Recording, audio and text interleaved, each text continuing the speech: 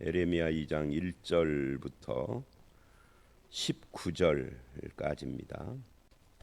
이 에레미야서는 오늘 말씀 2장서부터 20장까지 유다와 예루살렘에 대한 하나님의 심판의 경고의 말씀이라고 할 수 있고요. 그 중에서도 첫 번째 큰 문단이 2장부터 10장까지인데 이 2장부터 10장까지의 말씀은 공적인 설교에 해당이 된다라고 할 수가 있습니다. 그리고 이제 11장부터 20장까지 이렇게 두 큰 문단으로 나누어지고 그 2장부터 10장까지의 이 공적인 설교 중에서 첫 번째 메시지가 오늘 본문에 해당이 되죠. 2장 1절서부터 3장 5절까지 여기가 첫 번째 메시지라고 할 수가 있습니다. 이제 3장 6절서부터 6장까지는 두 번째 메시지고 그렇죠. 이게 이제 공적인 설교니까 메시지라고 하는 그런 표현을 하는 거고요. 이 첫 번째 메시지에서 그 오늘 본문은 이 결혼을 파괴한 이스라엘에 대한 그런 내용을 담고 있습니다. 이 오늘 본문도 또 두 문단으로 나누어져요. 1절서부터 8절은 이스라엘의 과거와 현재를 대조하는 그런 내용이죠. 이스라엘의 과거는 좋았던 시절이라고 그렇게 표현을 하고 이 하나님과 사랑, 언약적 사랑을 나누던 그런 시절인데 그때가 언제냐면 광야예요. 우리는 이 광야에 대해서 민수기나 이런 데 보면은 10번이나 반역하고 원망불평하고 애굽으로 돌아가자 했던 것을 기억을 하는데 지금 에레미야 시대에는 그래도 그때가 좋았던 거죠. 마치 우리가 옛날에 굉장히 고생을 하면서 살았지만 세월이 지나고 뭐 옛날이 좋았어 뭐 이런 거하고 비슷한 그런 의미라고도 할 수 있는데 어쨌든 그때를 신혼의 때라고 그렇게 표현을 해요.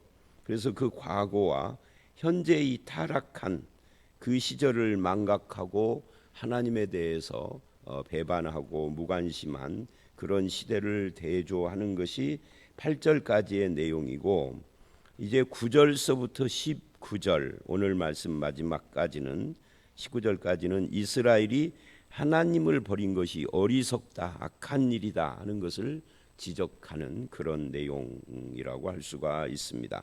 먼저 1절에 하나님의 말씀이 임하니라 예레미야에서의 특징이 또 나오죠. 그리고 2절 보면은 이래요. 가서 예루살렘의 귀에 외칠지니라.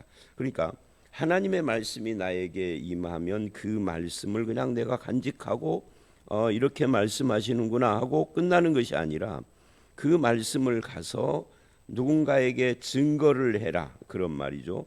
그게 누구냐면 예루살렘의 귀에 외칠지니라. 남왕국 유다의 수도니까요. 그런 말씀으로 시작을 지금 하는데 가서 뭐를 외치느냐 여호와께서 이렇게 말씀을 했다. 그러니까 이 말씀을 전하는 자나 또는 복음을 전하는 자는 자기 생각을 말하는 자가 아니라 하나님의 말씀, 하나님이 이렇게 말씀하셨다는 하나님의 말씀에다가 포커스를 맞춰야 하는 거죠. 무엇인가 설명을 한다면 그 하나님의 말씀을 더 잘 사람들이 알아듣고 이해하게 하기 위하여 설명을 하는 거죠. 자기 주장을 하기 위하여서 하나님의 말씀을 인용하는 것이 아닙니다. 마치 논문을 쓰듯이 그렇게 하는 것은 잘못된 거죠. 그래서 하나님이 나에게 말씀하신 것을 가서 외치는데 어떻게 외치느냐면 하나님이 이렇게 말을 했다라고 외치라는 거예요. 그 내용이 2절 3절의 결혼에 대한 이야기이죠. 여기에 뭐라고 표현을 하는가 하면은 이렇게 이야기를 합니다. 내가 너를 위하여 내 청년 때의 인애와 내 신혼 때의 사랑을 기억하노니. 이 청년의 때 이 청년의 때 인애 그러는데 옛 성경에는 우의, 소년 때의 우의라고 그랬어요. 그리고 신혼 때의 사랑. 누구와 누구의 인애와 사랑의 관계냐면 하나님과 이스라엘이죠. 그 청년의 때, 신혼의 때는 언제냐면은 바로 처음 민족적으로 구원을 받은 출애굽을 말을 하는 겁니다. 이렇게 표현을 한 거죠. 이때 이스라엘의 형편이 어떤 형편이었느냐면 씨 뿌리지 못한 땅 같은 그런 형편이었다. 이게 광야의 환경을 이렇게 표현을 한 겁니다. 그런 씨를 뿌리지 못한 광야니까 아주 척박한 그런 척박한 환경에서 하나님을 쫓았다. 그러니까 마치 뭐와 같느냐면 연애할 때는 앞뒤 아무것도 안 보이는 거고 비슷한 것처럼 그런 신혼의 때, 청년의 때 하나님을 그렇게 따랐다 하는 것을 지금 이렇게 표현을 하고 있습니다. 그래서 그때는 감사가 있고 은혜가 넘치고 뭐 이런 것을 지금 말하고 있는 거죠. 그것을 하나님이 뭐 한다는 거예요? 기억한다는 거죠. 하나님께서 얼마나 너희와 나의 관계가 인애와 사랑의 관계였었는지, 하나님을 믿는다라는 것이 무엇인지. 오늘 우리도 마찬가지입니다. 하나님을 믿는다는 것은 하나님의 이 인애와 사랑을 붙잡는다는 거예요. 하나님께서 베푸신 것을 붙잡는 것이 신앙인 거죠. 그리고 3절에 이렇게 말을 합니다. 그때는 이스라엘이 어떤 상태였느냐면 하나님을 위한 성물, 곧 그의 소산 중 첫 열매다. 하나님의 성물이고 첫 열매다. 이게 누구라는 거예요? 이스라엘이라는 거죠. 그러니까 하나님께서도 그렇게 그들을 소중하게 생각을 했다 하는 거예요. 성물과 그리고 처음 열매로 그렇게 생각을 하신 거예요. 하나님이 그래서 그들의 편이 되어 주신 거죠. 그래서 그를 삼키는 자는 모두 벌을 받아 재앙이 그들에게 닥치리라. 하나님이 편대 주셨다 하는 것을 이렇게 표현을 하는 거예요. 그래서 마치 첫 열매, 즉 첫 아들에게 쏟는 정성하고 비슷해요. 아마 사람마다 예외는 있지만 거의 비슷비슷할 텐데 첫 아들 또는 첫 딸, 처음 태어난 자녀에게 쏟는 정성이나 관심이나 이것이 둘째나 셋째에게는 못 미치는 것을 느낄 거예요. 아마 여러분도 그러셨을 것 같은데, 그래서 첫 아들이나 첫 딸에 대해서는 교육이 좀 실패할 때가 많아요. 너무 오버해가지고 너무 관심을 많이 쏟다 보니까 조금 뭐라 그럴까, 아이에게 부담을 줄 수도 있고. 그런데 이제 둘째는 이제 알았어요. 첫 애한테 사랑도 온 몽땅 쏟았고 뭐가 안 되는지 뭐가 되는지 어떻게 해야 되는지를 이제 조금 눈치를 챈 거죠. 그래서 가만히 보면은 큰 애보다 작은 애가 성격이 더 좋아. 부모가 변한 거죠. 예외는 있어요. 예외는 있는데 보통 보면은 그렇다 하는 거예요. 하나님도 지금 이스라엘에게 그렇게 첫 열매고 성물로 그렇게 대했다는 거예요. 그들의 그 외형적 환경은 광야고 척박한 그런 환경인데 하나님과의 관계가 이렇게 마치 결혼의 신혼 때 같고 연애하던 시절 같고 그랬었다라는 것을 지금 말을 합니다. 그런데 이제 3장 1절로 5절을 보면 거기에 어떤 이야기가 나오느냐면 이혼 이야기가 나와요. 그러니까 이렇게 결혼을 시작을 했는데 이혼했다는 이야기입니다. 그러니까 깨진 거죠. 지금 하나님과의 관계를 결혼으로 지금 빗대서 이야기를 한 것이다 말을 할 수가 있고요. 그 다음에 4절로 8절은 그 이스라엘의 조상들과 현재의 모습을 대조를 합니다. 한마디로 말하면 이런 하나님의 사랑에 대한 배반이라고 할 수가 있죠. 그래서 야곱 집과 이스라엘 집 모든 족속들아 여호와의 말씀을 들으라 하고 다시 말씀 들으라 한 다음에 이같이 말하노라. 이 구조에 대해서는 제가 또 설명을 하지 않겠습니다. 말씀을 받은 자가 하나님의 말씀을 그렇게 증거하는 거니까요. 그러면서 5절에 이래요. 너희 조상들이 내게서 무슨 불의함을 보았기에 나를 멀리하고 가서 헛된 것을 따라 헛되이 행하였느냐. 지금 우상 숭배를 말을 하는 건데, 하나님께서 무슨 불의한 짓을 하신 것처럼 조상들이 그걸 본 것처럼, 그러니까 자식들이 부모의 악행을 마치 목격한 것처럼 그렇게 어렸을 때는 아버지 어머니를 존경하고 따르더니 어느 순간 확 돌아서서 자기 아버지 자기 어머니를 저주하는 자식이 되는 것처럼, 그렇게 하나님에 대해서 무슨 불의한 것을 본 것처럼 멀리하고 허탄하고 헛된 것들을 따랐다.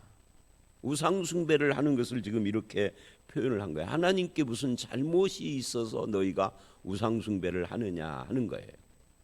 그렇게 신혼 때의 부부처럼 그렇게 하더니 내가 무엇을 불의를 했느냐, 무슨 잘못을 했느냐 하는 거예요. 하나님이 잘못한 것이 없다는 거죠.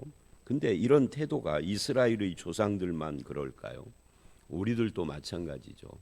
마치 하나님이 잘못한 것처럼 그런 태도를 보일 때가 참 많은데, 여기에 헛된 것을 따라 헛되이 행했다 할 때 이게 이제 우상을 말을 하지만, 헛된 것이라는 말은 헤벨이라는 단어예요.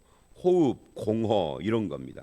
그러니까 이 존재, 우상이라는 존재가 마치 숨 한번 하면은 그 숨이 사라지는 것처럼 허무한 것인데, 호흡 한번 하면은 끝나는 것 같은 그런 존재고 공허한 건데, 그런데 그것들을 쫓았으니 너희가 하는 삶 또는 행실, 그것도 헛되이 행하는 거다. 헛된 것을 쫓으면 헛된 삶을 살 수밖에 없는 거죠. 허무할 수밖에 없는 거죠. 그것이 우상 숭배다 하는 거예요. 그러니까 하나님과의 관계가 틀어진 것은 결국은 하나님을 대치하는 이런 우상에 빠져서 그렇게 되어진 것을 지금 말하는데, 그 우상이 우리가 잘 아시는 것처럼 바알이죠. 전에도 얼마 전에 설명을 한 것처럼 이 바알이라고 하는 것이 축복의 신이거든요. 축복, 풍요의 신. 근데 농경 사회이기 때문에 풍요의 근원이 비인데, 비를 내리는 신은 결국은 오늘 현대식으로 말하면 축복의 신이라는 거예요. 그런데 오늘 개신교, 천주교 같은 데는 말할 것도 없으니까 빼버리고, 우리 개신교는 원래 출발이 말씀으로 돌아가자, 백투 바이블이었어요. 말씀으로 돌아가자 하는데 실제로는 말씀을 인용만 해 먹는 거지, 하나님이 이렇게 말씀하셨다를 바르게 해석하고 증거하고 드러내고 가르치고 거기에 신앙의 뿌리를 두지 않고, 우리도 말씀에 나타난 하나님이 아닌 축복의 신을 따르잖아요. 명칭은 똑같아요. 이스라엘은 여호와에서 바알로 옮겼지만 우리는 명칭이 계속 하나님 그대로인데 속 내용이 바알이야. 축복의 신. 이 복 준다면 환장해가지고 말도 복복 그러고, 하나님에 대한 설명이나 성경의 설명도 문맹 무시하고 복에다가 초점 맞추고, 이게 이스라엘이 왜 헛된 것을 따라서 헛되이 행했느냐 하면 그게 우상이고, 우상이 사실은 여기서 바알이라고 표현을 안 했지만 이스라엘 역사서 사무엘부터 말라기까지를 보면 이스라엘의 우상은 바알과 아스다롯이거든. 이 바알과 아스다롯은 부부니까 그냥 바알 신앙 하면은 그 다 들어가는 거니까. 그 바알 신앙의 핵심은 축복이라고. 여러분, 기독교는 복을 말하지만 세상이 말하는 그 축복을 말하는 것이 아닙니다. 성경 공부에서 배우기는 하지만 만한 분들이 더 많으니까. 그러니까 우리가 복의 개념이 바뀌어야 하는 거예요. 안 바꾸면은 이스라엘과 우리가 똑같아요. 이스라엘이 결국 그래서 심판을 받은 건데, 자, 다시 그래서 이제 이 5절이 그런 이야기를 하는 거고요. 허무한 것을 쫓으면 허무한 인생을 살 수밖에 없는데 그게 마치 하나님의 불의를 본 것처럼 너희가 그랬다는 거예요. 6절, 그들이 그들을 인도하신 하나님이 어디 있냐고 말했느냐. 즉 하나님을 찾지 않았다 하는 이야기예요. 어디 있느냐고, 어디 계시냐고 하는 이 말이 하나님을 찾아야 하는데 찾지 않는 것을 표현을 하는 건데, 이게 8절에도 또 나오죠. 제사장들은 여호와께서 어디 계시냐 말하지 아니하였으며. 이 제사장은 하나님께 제사하는 자, 오늘 신약식으로 말하는 하나님께 예배하는 자인데, 하나님께 예배하는 예배를 인도하는 목사가 하나님을 안 찾는 사람이요. 그런데 습관이 돼 있어서 예배는 참 은혜스럽게 인도를 해요. 그런 거고 비슷한 거죠 지금. 그러니까 하나님을 찾지 않는 이스라엘, 그게 6절 이야기입니다. 그리고 7절, 8절은 현재의 모습이죠. 내가 너희를 기름진 땅에 인도하여 그것의 열매와 그것의 아름다움을 것을 먹게 하였거늘. 즉 가나안 땅을 이렇게 기름진 땅, 아름다운 것, 거기서 나오는 소산물을 말하고 있는 겁니다. 그런데 너희가 이리로 들어와서는 가나안 땅에 들어오기 전까지와 달라진 거예요. 내 땅을 더럽히고 내 기업을 역겨운 것으로 만들었다고. 더럽히고 역겨운 것으로 만드는 것은 두 가지예요. 첫째는 우상숭배고, 두 번째는 하나님의 말씀과 뜻을 따라서 살지 않고 불의를 저지르는 것이, 이게 더럽히는 거죠. 우상숭배와 불의한 삶, 이렇게 더럽히고 역겨운 것으로 만들어 버렸다. 그러니까 삶의 조건이 달라지니까 광야에서는 오직 하나님만 쳐다볼 수밖에 없는데, 삶이 이제 정착을 하고 농경 사회로 진입을 하고 하면서 이 환경이 달라지니까, 요즘 우리식으로 말하면 살만해지니까 하나님을 찾지도 않고 하나님이 주신 이 선물의 땅을 더럽혔다. 그렇게 지금 이야기를 합니다. 우리 예수 믿는 사람들이 가장 경계해야 할 것이 무엇이냐면, 이 기독교 신앙이라는 것이 특이한 것이 바로 그런 거예요. 불교나 이런 거하고 다른 모습이, 기독교는 굉장히 적극적이죠. 그래서 어려운 환경, 고난 이런 것들을 만나면 기독교인들이, 여기도 항상 예외는 있어요. 100%라는 것은 없는 거니까. 기독교인들, 이 기독교 신앙을 가진 사람들은 거기에 주저앉기보다 그것을 이기고 나가는 특성이 있어요. 이 동남아시아 같은 불교가 그 국가 종교가 되어 있는 나라를 가보면 이렇게 피부적으로 느껴요. 그런 것이 한국 사람들하고 많이 다르다는 것을. 그냥 그들은 환경에 나쁘게 표현하면 주저앉아 있는 모습이 많이 보이고, 아니면 그냥 눌려서 그냥 가는 그런, 상황을 바꿀 생각이 적극적으로 안 드는 것 같은 느낌을 받거든요. 물론 이제 조금 더 면밀하게 연구한 학자들의 연구는 또 있겠지만 그냥 느끼는 것이 그러는 거예요. 근데 기독교인들은 그렇지 않거든요. 예외는 있으나. 그런데 그렇게 환경을 바꾸고 그래서 조금 살만해지면, 이제 기독교인들이 제일 위험한 것이에요. 살만해지면 그때 신앙이 흐릿해지는 거예요. 가난할 때 신앙이 훨씬 좋은 거죠. 심각한 것은 8절에 보니까 이 지도자들, 제사장, 율법을 다루는 자들, 관리, 선지자들, 이 관리도, 이 관리라고 했는데 이게 로매에서 목자들이에요. 그래서 이스라엘은 정치 지도자들이나 관리들도 다 하나님의 종이라는 범주에 넣고 생각을 합니다. 그러니까 하나님께서 세운 자들인 거죠. 그래서 목자들이라고 표현을 하는 겁니다. 그것을 이제 우리나라 성경에서는 관리라고 다시 번역을 한 거죠. 어쨌든 심각한 것은 이 지도자들의 타락인 겁니다. 어떤 사회든지 지도자들이 바르게 서야 하고, 교회도 결국은 일반 성도들보다 교회의 지도자들이 신앙에 바르게 서야 하고, 이스라엘도 그러는 거죠. 근데 제사장은 하나님을 찾지 않고 율법, 이 율법이 이제 토라라고 하는 건데요. 이 율법을 다루는 자들, 신약으로 말하면 서기관 같은 그런 사람들이죠. 이런 사람들은 아니 하나님의 말씀을 다루는 자들인데 늘 하나님의 말씀이 저들의 직업인데 그런데 하나님을 알지 못해. 이 희한한 거죠. 예배를 인도하는 제사장은 하나님을 안 찾고 율법을 다루는 자는 하나님을 모르고. 이게 율법이 즉 말씀이 저들의 먹고 사는 포도청인 것이지 직업적인 것이지 이 하나님을 안다라는 건 지식을 말하는 게 아니니까요. 그러니까 신학교 교수들이 성경을 가지고 먹고 사는 사람들 아니에요. 목사도 그렇고. 그러면 그렇지 않는 사람들보다 훨씬 하나님을 더 잘 알아야 하는데 지식으로 입으로는 뭐라고 씨부렁거리지만 실제 그 삶은 하나님과의 관계가 없는 거예요.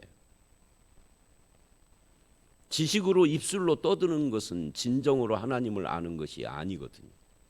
그 지금 지적하는 겁니다. 이 목자들, 관리들은 하나님을 순종하지 않아요. 반역합니다. 그리고 선지자들은 이들도 말씀을 전하는 자들이죠. 바알의 이름으로 예언을 해요. 아니 하나님의 선지자가 바알의 이름으로 예언을 한다고? 그래서 무익한 것을 따르게 된 것이다. 그러니까 결국 지도자들의 타락이 이스라엘의 타락이고 오늘날도 교회의 지도자들의 타락이 교회의 타락과 쇠락을 가지고 오는 것이죠. 그래서 교회의 미래에 대한 말들이 참 많습니다만 결국은 목회자들이나 신학자들이나 장로들이나 하는 이 교회의 지도자들이 신앙 말씀과 신앙에 바르게 서야 쉽게 이야기하면 하나님 잘 믿어야 돼요. 신학교 교수들이 목사들이 장로들이 우리가 하나님을 잘 안 믿으니까 한국 교회가 이 모양인 것이죠. 자, 9절서부터 19절 이스라엘이 이렇게 하나님을 버린 것은 어리석은 것이다. 그래서 9절 싸우겠다고 하십니다. 그러므로 내가 다시 싸우고 너희 자손들과도 싸우리라 여호와의 말씀이니라. 싸운다, 다툰다. 이 논쟁, 소송 이런 걸 말하는 겁니다. 즉 하나님을 배반한 그들을 법정에 세우고 고소하겠다 하는 이야기입니다. 그래서 그들의 죄를 다루겠다 하는 그런 말씀인 거죠. 그리고 10절로 12절 하늘도 놀라고 떨고 두려워할 일, 동양 한문 문화권의 표현인데 경천동지할 일에 대한 이야기인데 그게 뭐냐 하면은 10절 이방 나라들 깃딤, 이 깃딤은 구브로 섬입니다. 그 이스라엘 레바논에서 지중해 쪽으로 터키에서 남쪽으로 내려오면은 있는 그 구브로 섬입니다. 그러니까 이방이죠. 게달 이것은 아라비아입니다. 아라비아로 유목민들이죠. 그 당시에는 그러니까 이제 이 깃딤은 서쪽이고 게달은 동쪽이에요. 그들에게서도 같은 일. 이들은 우상 숭배자들인데도 자기들의 신을 바꾼 적이 없다. 그런 이야기예요. 아니 조상 대대로 불교를 믿은 사람들이 우리는 불교야 하고 신을 안 바꾸는데 예수 믿는 사람들은 그 우상 숭배자도 안 바꾸는 신을 바꾸는 일들이 일어난다는 거죠. 이스라엘은 끊임없이 이 문제가 발생을 했습니다. 그래서 하나님의 영광을 무익한 것과 바꾸는 우상 숭배로 바꾸는 거죠. 예수 믿으면서 점집 찾아가고 아니 점집을 찾아가는 사람은 그래도 진실해요. 자기 속마음을 진실로 드러냈어요. 근데 점집도 안 가고 무당집도 안 가고 그러는데 예수 믿는 것 자체를 우상화 시켰어. 점집같이 만들어 버렸어. 눈에 보이는 신을 찾고. 왜? 우상과 미신은 눈에 보이는 것이기 때문에. 그래서 급할 때 쉽게 찾을 수 있는 것이 우상과 미신이죠. 보이는 것 앞에서 빌면은 심리적으로도 굉장히 위안이 되고 빠르죠. 그것이 안 보이는 하나님을 찾는 것보다. 이게 인간의 타락의 원인이라고 지금 말하고 있는 겁니다.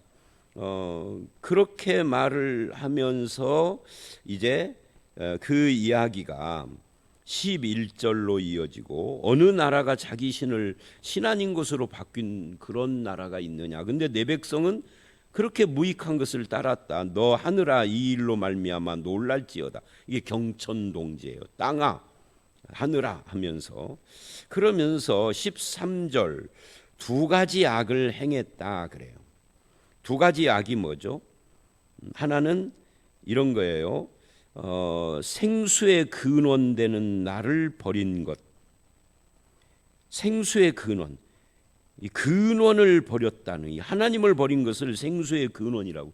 그러니까 하나님을 버리고 우상을 숭배하면 어떻게 될까요? 생수의 근원을 버렸기 때문에 늘 목마른 인생을 살 수밖에 없죠. 두 번째, 스스로 웅덩이를 판 것, 터진 웅덩이. 이 스스로 자기가 웅덩이를 팠는데 목마르니까. 근데 그게 터진 웅덩이라 물이 안 고요. 그래서 이 목마름을 해결할 길이 없어져 버리는 거죠. 이게 하나님을 버린 인생의 모습이라는 거예요. 우상과 미신에 빠진 모든 인간들의 모습이라는 거예요. 종교는 기독교인데 우상과 미신에 빠져 있으면, 아니 기독교로 하고는 신앙 자체를 우상 미신으로 바꾼 사람은 목마름이 해결이 안 되는 사람입니다. 마치 요한복음 4장의 수가성 여인과 같은 거죠. 그러니까 생수를 달라 했다가 예수님이 생수다 하는 것을 발견하니까 물동이를 버려두고 자기 동네로 와서 막 외치잖아요. 생수를 발견했기 때문에 그래요. 요한복음 7장에서도 목마른 자들아 내게로 오라, 내가 생수를 너희 배에서 생수가 터지게 하리라. 이 표현도 마찬가지고요. 그런데 생수의 근원을 버리고 터진 웅덩이를 자기 스스로 팠으니 이 자력 구원입니다. 자기의 힘으로 구원을 얻고 목마름을 해결하려고 하는 어리석음이 하나님을 떠난 이유다. 그게 13절 이야기입니다. 그리고 14절서부터 18절까지 이 정치적인 타락에 대한 이야기를 또 합니다. 종교적인 타락과 정치적인 타락은 이스라엘이 맞물려 있어요. 북왕국의 멸망 원인이 애국과 아수르 사이에서 줄다리기식 외교를 하다가 망했었거든요. 근데 이 에레미야는 북왕국이 망한 지 100년이 좀 넘어서 100 몇십 년이 돼서 지금 유다의 멸망을 이야기를 하는 것입니다. 그래서 이스라엘의 그런 어리석음을 유다가 다시 반복을 해요. 이스라엘이 종이냐 시종이냐, 어찌하여 포로가 되었느냐. 이게 반어법이에요. 주인집에서 종의 아들로 태어난 자, 영원히 주인의 소유인 거거든요. 그런데 이스라엘이 마치 종이냐, 그래서 포로로 잡혀가는 거예요.